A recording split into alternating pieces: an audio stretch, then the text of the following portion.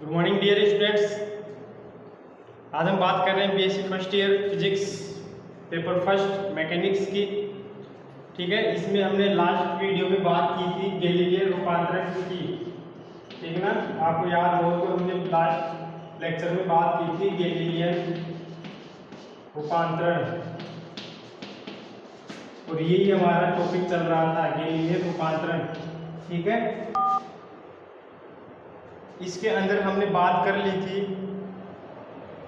ठीक है, इसके अंदर हमने बात की थी फर्स्ट स्थिति, कण की स्थिति का रूपांतरण। ठीक है ना, कण की स्थिति का रूपांतरण, स्थिति का रूपांतरण, ये हमारा टॉपिक चल रहा था, जिसमें हमने जो ए पार्ट था वो कैलकुलेट कर लिया था कि जब निर्देश तंत्र प्रारंभ में संपातित हो। ठीक है ना, ये हमने कर लिया था। इसका जो बी पार्ट है, आज ये हम करेंगे बी पार्ट कि जब निर्देश तंत्र प्रारंभ में संपातित नहीं हो। ठीक है ना, और इन दोनों, आपको यदि याद हो लास्ट वीडियो यदि आपने देखा है तो इन दोनों की वीडियो उस वाले वीडियो के अंदर मैंने इन दोनों पोजीशन के बारे में बताया था कि t इक्वल टू 0 के ऊपर क्या स्थिति है और p इक्वल टू p के ऊपर क्या स्थिति है। ठीक है ना, तो ये जो है मैं बी की बात कर रहा हूँ अभी यहाँ पे, एक बार फिर से मैं रिवाइज कर देता हूँ कि स्थिति क्या है बी में, जब निर्देश तंत्र प्रारंभ में संपातित नहीं हो। अर्थात ये बात कर रहा है इस तरीके की निर्देश तंत्र की कि ये कोई ऐसा निर्देश तंत्र है जो रेस्ट में है, स्थिर निर्देश तंत्र है। ठीक है ना, और प्रारंभ में संपातित नहीं है। ठीक है ना, अर्थात ये जो निर्देश तंत्र है एस प्राइम जो निर्देश तंत्र है, ये इस निर्देश तंत्र के सापेक्ष किसी r0 स्थिति में है। ठीक है ना, जो एस प्राइम निर्देश तंत्र है, एस निर्देश तंत्र के सापेक्ष t इक्वल टू 0 के ऊपर ऑलरेडी इस पोजीशन में है। एस प्राइम निर्देश तंत्र का एस के सापेक्ष जो स्थिति सदिश है t इक्वल टू 0 के ऊपर r0 है। और ये जो एस प्राइम निर्देश तंत्र है, ये क्या है कि v वेग से गति कर रहा है, तो किसी t समय के बाद t इक्वल टू t समय के ऊपर इसकी जो पोजीशन होगी वो क्या होगी, ये आपका एस निर्देश तंत्र है। ठीक है ना, और ये जो है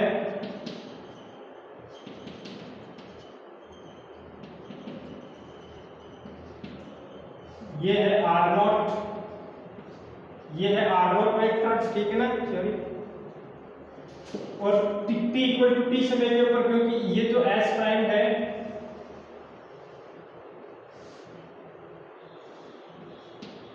सॉरी ये ठीक है ना, ये जो s प्राइम निर्देश तंत्र है आपका, s प्राइम निर्देश तंत्र v वेग से गति कर रहा है, तो t इक्वल टू t समय पर इसकी जो ये पोजीशन होगी, ठीक है ना, ये क्या होगी v वेक्टर t। ठीक है ना, इस s प्राइम निर्देश तंत्र की इसकी खुद की पोजीशन के सापेक्ष। ठीक है ना, ये o बिंदु मान लो, ये s का मूल बिंदु है o। ठीक है ना, और ये s प्राइम का जो प्रारंभिक मूल बिंदु है, ये वाला मूल बिंदु। ठीक है ना, ये o प्राइम o है, ये जो नोट का मतलब है, ये नोट जो मैंने लगाया है वो नोट, इसका मतलब है t इक्वल टू 0 के ऊपर ये ठीक है ना, इसके ऊपर जो मूल बिंदु है ये है, और अब जो मूल बिंदु है इसकी ये है o प्राइम। ठीक है ना, तो o प्राइम नॉट और o प्राइम, ठीक है ना, ये जो वेक्टर है ये कितना है, ये v वेक्टर t है। ठीक है ना, ये वेक्टर कितना है, v वेक्टर t है। ठीक है, तो इस कंडीशन के अंदर जो रूपांतरण समीकरण होंगे वो क्या होंगे। ठीक है, तो आप यहां से आसानी से निकाल सकते हैं। ये डायग्राम बना लेना, ठीक है ना। तो यहाँ पे लिख लेना माना वही चीज की स्थिर निर्देश तंत्र एस में किसी पार्टिकल कोई भी, अब यहाँ पे कोई एक पार्टिकल मान लो आप, ठीक है ना, पी पार्टिकल है ये, इसका एस पी पार्टिकल है, इसका एस के सापेक्ष एक्स वाई जेड, एस निर्देश तंत्र में जो निर्देशांक है एक्स वाई जेड है, और जो स्थिति सदिश है, ठीक है ना, ये स्थिति सदिश ये आर वेक्टर है, ठीक है ना, और एस प्राइम निर्देश तंत्र के अंदर, एस प्राइम निर्देश तंत्र के अंदर इसके जो निर्देशांक है वो X prime Y prime Z prime है, ठीक है, और जो पोजीशन वेक्टर है स्थिति सदिश है वो आर वेक्टर है, ठीक है ना, सिंपल है, ठीक है।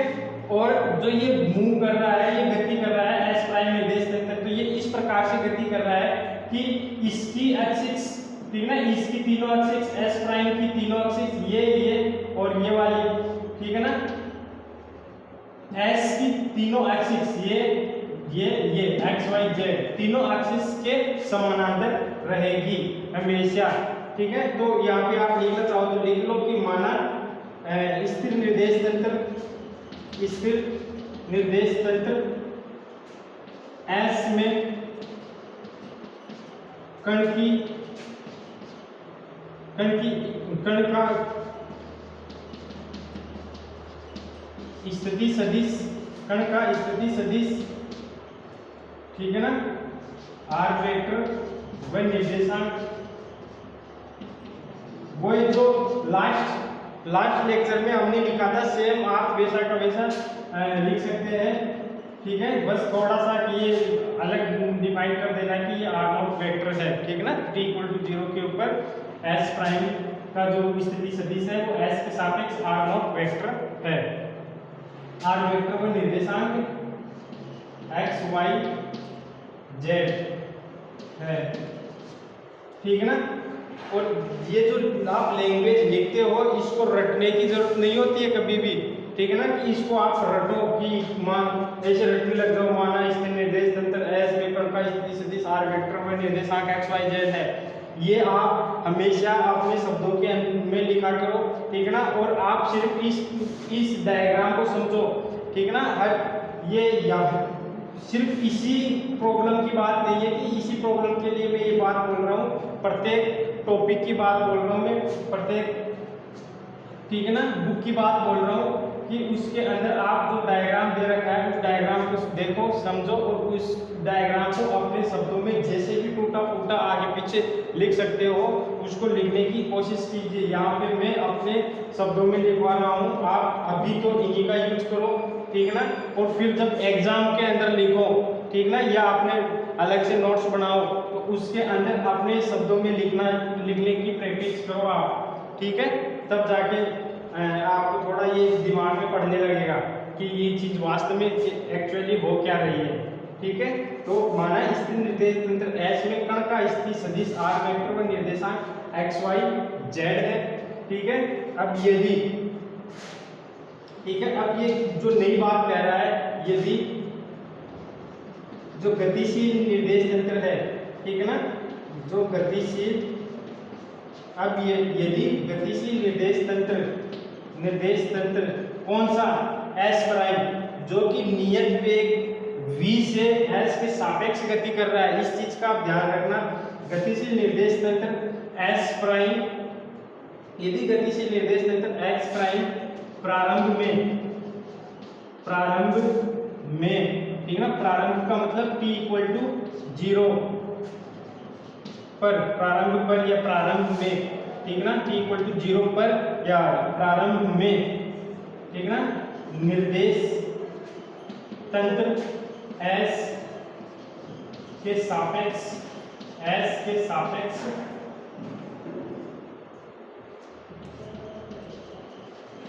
स्थिति सदिश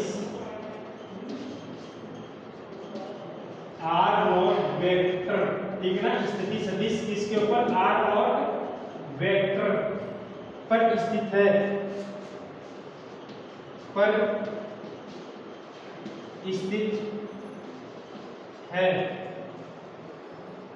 तथा स्थित था ले लो या है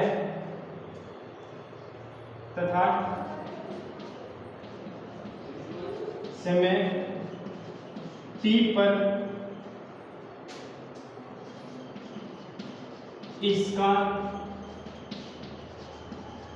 इसका मतलब निर्देश तंत्र एस प्राइम की बात कर रहा हूं मैं, ठीक ना। इसका मतलब एस प्राइम निर्देश तंत्र की बात कर रहा हूं। एस प्राइम निर्देश तंत्र का स्थिति तथा समय t पर इसका एस प्राइम निर्देश तंत्र का स्थिति सदिश किसके सापेक्ष, ठीक ना। मैं इसके सापेक्ष बात कर रहा हूं। स्थिति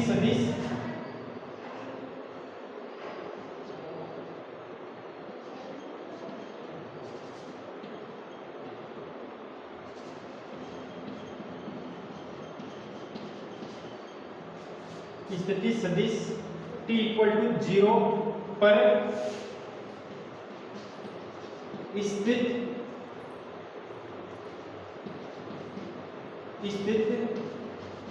निर्देश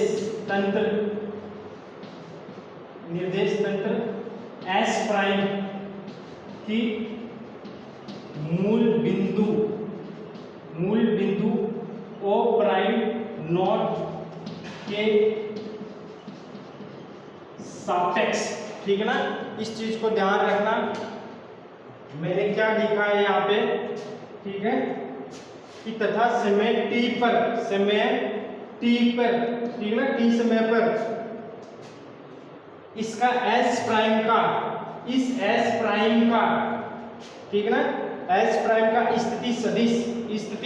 अब बता रहा हूं क्या होगा स्थिति सदिश, अर्थात स्थिति सदिश किसके सापेक्ष है ना, किसके सापेक्ष हम बात कर रहे हैं। हम इस निर्देश तंत्र की बात कर रहे हैं जो डॉट डॉट वाला है ना, ये वाला, इस निर्देश तंत्र की बात कर रहे हैं, इसके सापेक्ष हम ले रहे हैं। किसके सापेक्ष कि t इक्वल टू 0 के ऊपर, ये यहाँ पे जो है ये t इक्वल टू 0 के ऊपर है, t इक्वल टू 0 पर स्थित निर्देश तंत्र s प्राइम, ठीक है ना। ये जो है s प्राइम निर्देश तंत्र था, s प्राइम की मूल बिंदु, निर्देश तंत्र s प्राइम की मूल बिंदु o, ये ध्यान देना, o नॉट प्राइम, इसको, इस मूल बिंदु को मैंने नाम दिया है o नॉट प्राइम के सापेक्ष कितना होगा, के सापेक्ष v, इसको लिख लो चाहे आप o not prime o vector equal to v vector t, ठीक है ना, v वेक्टर t है, v वेक्टर t हो तथा v वेक्टर t हो तथा, इसको हटा रहा हूं मैं, v वेक्टर t हो तथा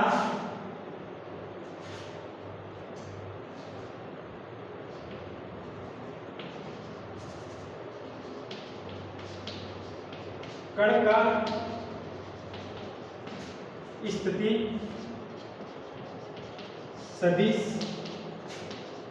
निर्देश तंत्र S प्राइम के सापेक्ष क्या हो, R प्राइम वेक्टर तथा निर्देशांक x prime, y prime, z prime है तो, अब हटा रहा हूं, है तो, ठीक है ना, लिख देना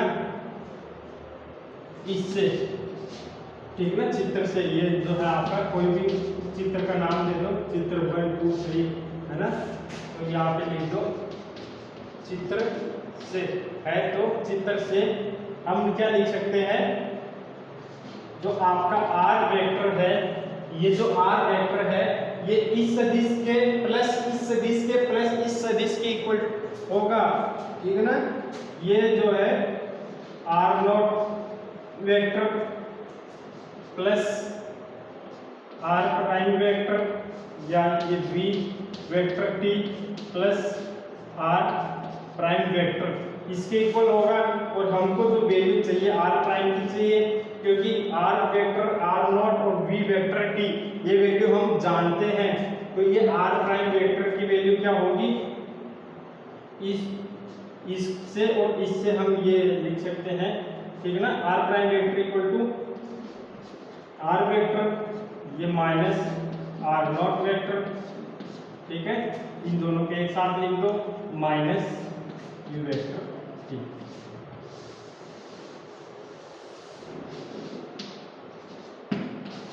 ठीक है, तो ये जो इक्वेशन आई, ये इक्वेशन किसके लिए आई कि जब दो निर्देश तंत्र S और S प्राइम प्रारंभ में t इक्वल टू 0 समय पर, ठीक है ना, एक दूसरे के संपाती नहीं है, तब जो रूपांतरण समीकरण है वो हम इससे देंगे, ठीक है ना। R prime vector equal to R vector minus R not vector minus V vector T. Okay, ये शायद समझ में आ गया होगा आपके।